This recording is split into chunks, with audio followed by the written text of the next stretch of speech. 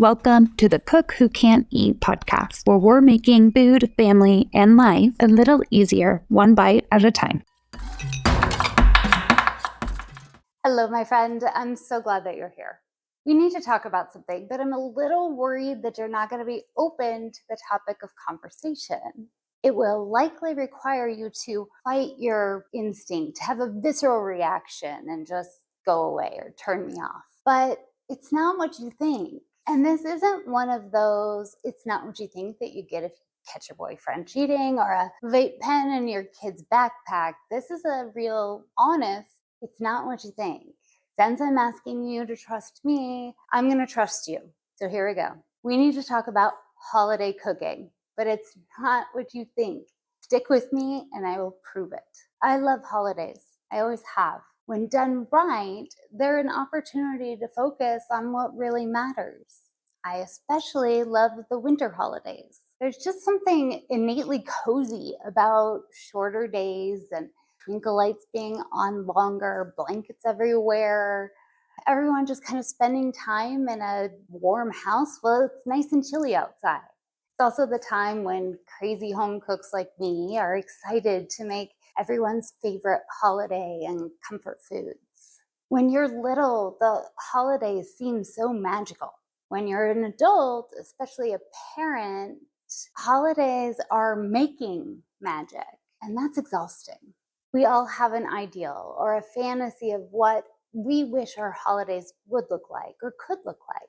But the reality is more not enough hours in the day. Weekends packed full of family, work, and friend holiday obligations. Last minute scrambles for kid holiday parties or frantic runs to the store for the one forgotten ingredient. Shipping delays. Remembering everyone else's holiday to-do lists, out of stock issues at the store, attempting to make everyone's favorite foods in a kitchen that suddenly feels too small and not well equipped, and generally just working ourselves into the ground, trying to make magic for everyone else. Now, I have always loved cooking for the holidays, but even before my body decided to implode, I realized that I didn't want to spend my entire holiday in the kitchen, especially since I don't let anybody else in here. I was missing hours of time spent with my loved ones because I was in the kitchen cooking a meal that took less than 30 minutes to eat and twice that much to clean up. Now that I have about 1/1000th of the energy that I used to, making all of that and cooking the way that I used to, it's not possible. The last time I tried, I actually had to stop before I even finished the desserts. I sat down, fell asleep, and missed out on all of the activities that night and most of the next day. That sucked. I deserve to enjoy my holidays and to be able to make it through them. So do you. We all do. But unless we change what we've been doing, we're never going to get to that point. So I took a really hard look at my cooking process and what I usually make and when and how it all lays out. And I found a few ways that I could make my holiday cooking a whole lot easier. And bonus, it ended up making my everyday cooking easier for the whole holiday season. Talk about a win-win. My holiday CookEase process, like anything else, has its pros and cons. So let's do good news first. The good news is that this process is repeatable and adjustable. With each holiday, I'm always adjusting it based on what holiday it is, what our needs are, and what's going on within our family. Bad news is this process is not going to solve all your holiday issues, but it will give you back a whole lot of time, energy, and money. I guess that was kind of a good news sandwich. Still with me? I told you, this is not what you think. Holiday CookEase breaks down to 4 parts: lists and dish, recipes and test, list and buy, and finally, CookEase. Simple. Right now, you are probably feeling a little anxious and thinking that I am absolutely insane to be talking about this now because nobody has their holiday plans all set yet. That's okay. That's normal. You don't have to have all your plans set for this to work. I promise. So let's take a deep breath In this episode, we're going to walk through part 1 together. That's it. Easy peasy. So let's start at the very beginning. Part 1 is made up of 2 small tasks. This is an easy step with no right or wrong answer, but it is going to be your foundation. Our first task is to make a list. You can do this in a notebook, a random paper, phone notes, a computer, the printable that I'm going to make available anywhere, as long as you can refer back to it as needed. Make sure that as you're listing things out, you're leaving space in between each one and you're noting whether you're going to be the host, an attendee, or a contributor. You probably don't have your holiday plans all figured out or finalized, and that's okay. But we do need to think through what this holiday season could potentially include. Think about what you did last year, what has changed, and any commitments that you already know about. This list should include holidays, annual events, family obligations, anything that will change your family's food budget. We're starting in October, so we'll look at holidays like Halloween, Thanksgiving, Christmas Eve and Day, Hanukkah, Kwanzaa, New Year's Eve and Day, Veterans Day. Next, think of annual things like birthdays, anniversaries, work or school parties.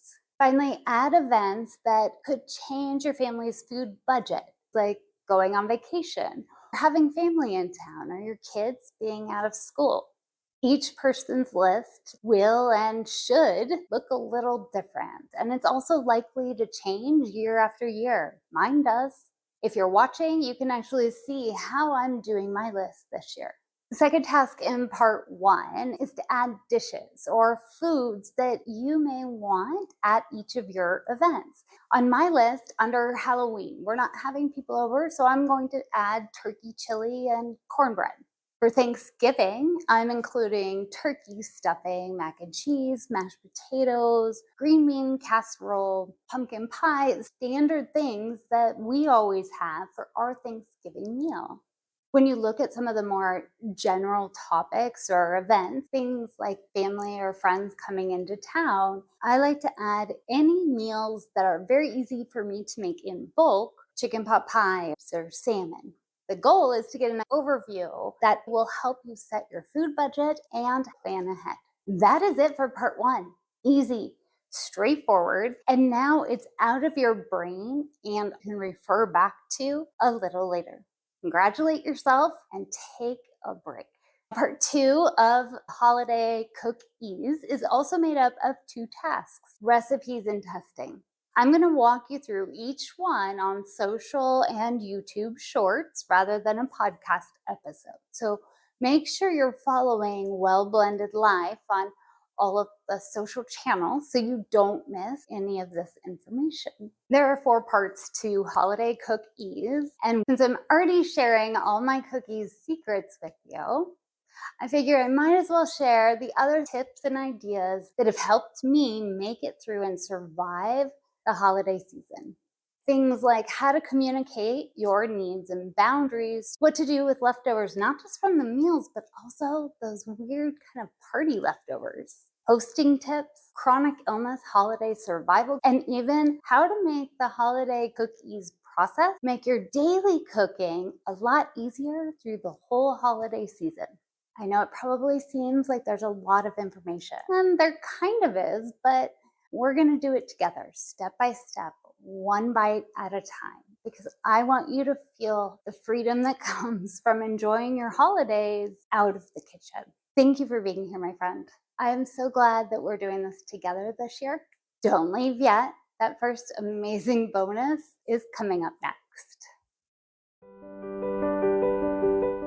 To make the holidays easier, the first step is to brain dump. Think of all the events or activities where you may be hosting or attending, and cooking food or bringing food is involved. And you also want to take note of any situations where your food budget may be impacted, like family coming in town or maybe you're going out of town. Now that you've got it all out of your brain, it's a lot easier to go back and start adding meals or dishes. I like to start with the annual events or activities, things that are basically just rinse and repeat. Most of us at holidays have the same thing year after year. That makes it a lot easier to decide what dishes to include. None of this is meant to be written in stone or finalized or permanent. You can absolutely make changes as you go. Most of us do. It's just to give you an idea of what cooking or food budget needs you may have during such a busy holiday season.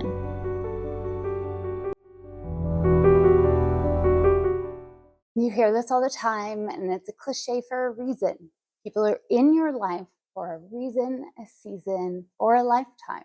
But what they don't talk about is why that is. Here's the truth. It's because people are lazy. And once you've been assigned a role in someone's life, it's very rare that that role is going to change. The kicker is that we don't get to pick that role, and we don't necessarily even know what that role is. We all do this, and most of us don't even realize that that's what we're doing, because it's as seamless as answering the question of, how are you, with good, and you? Consider how you think about or even describe the different people in your life. Work friends, carpool parents, neighbors, your inner circle. Maybe you have a best single friend or a best mom friend. You get the idea. What can make friendships and even relationships so scary is that the role someone has in our life is not necessarily the same role that we have in theirs. What leaves us feeling so vulnerable is that there's always a chance that our assigned role could become obsolete, or as we change, maybe our role doesn't change with us. And there is no bigger change than chronic illness or disability. Not only are those huge changes, they confront people's biggest and most instinctual fear, death and human vulnerability. When new people come into our lives, we categorize and catalog them till we can assign them a role. There are a million things to consider, including someone's health. But that is the one area where there's the least amount of options and the least amount of flexibility. People are either healthy or they're not. That's it. The only other, option is if someone has a health issue that is very broadly understood and accepted, things like cancer or diabetes. But when the issue is something invisible, not well understood or known, they need to know, when are you going to be all better? And if you can't answer that, you become some kind of anomaly that they can't categorize. Humans are hardwired to keep things in our life consistent. We purposely avoid change. That's how we keep ourselves safe. That's how we understand the world. And that definitely contributes to our innate kind of lazy nature. It's a lot of work to categorize someone, and very few will work to discover and create a new role for you in their life. Fear also plays a huge part in this. Many people avoid elderly, chronically ill, and disabled individuals because they remind them of how vulnerable we really are, and that death is closer than we want to admit. We like to think that we are invincible, and death is something that is so far out in the distance we can't even think about it. That's why 67% of Americans have no will or trust or any kind of estate plan. People you care about, friends, even family, start to distance themselves. And eventually you aren't on the invite list anymore, and you aren't in the group chats anymore. Chronic illness and disabilities are incredibly isolating and lonely already. So when people start to disappear from our lives, it hurts a lot. Most of the year, if we cross paths with people that have exited our lives or distanced themselves, we can get by with some very basic small talk. During the holidays, that doesn't always work. The easy thing to do is to turtle up at home and do our own thing, but that just adds to the loneliness and the isolation that you're already experiencing from having a chronic illness or a disability. If we can convince ourselves not to do that, our next instinct is to make ourselves, our battles, and our needs as small and as invisible as we possibly can. We even put ourselves in harm's way or ignore what our body is telling us it needs to make other people more comfortable because we are so scared of being left out or kicked off that party invite list.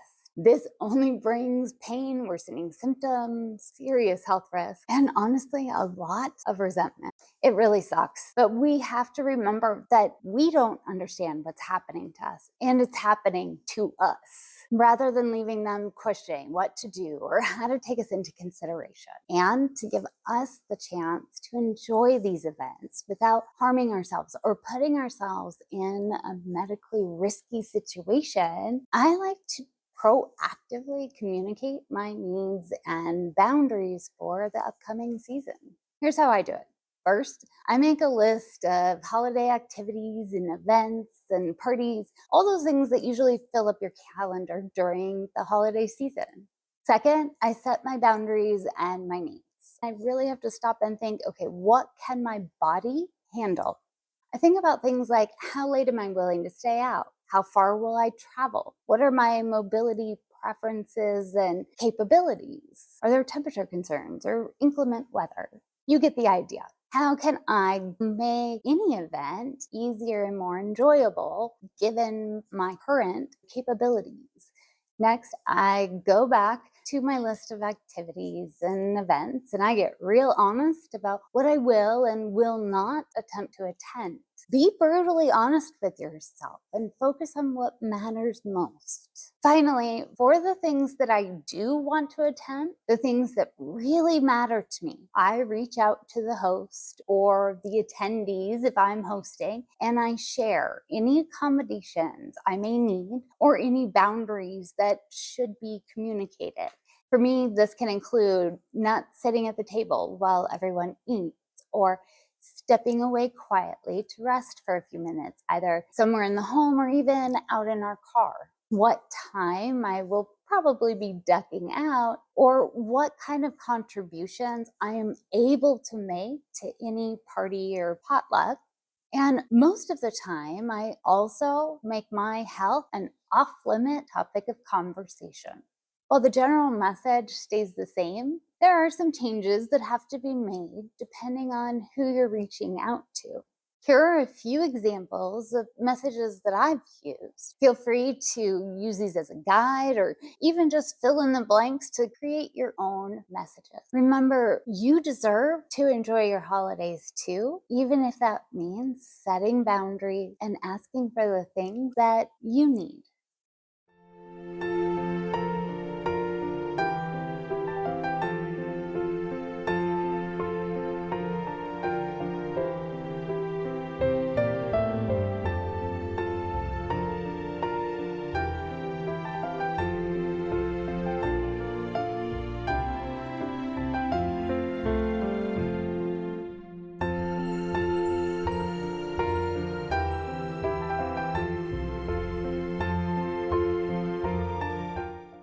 Accessibility matters. So the audio for every episode is available on your favorite podcast platform and in video with audio and closed captions on our YouTube channel. While you're there, be sure to subscribe because we have some amazing episodes coming up. Thank you for joining me. Until next time, my friend.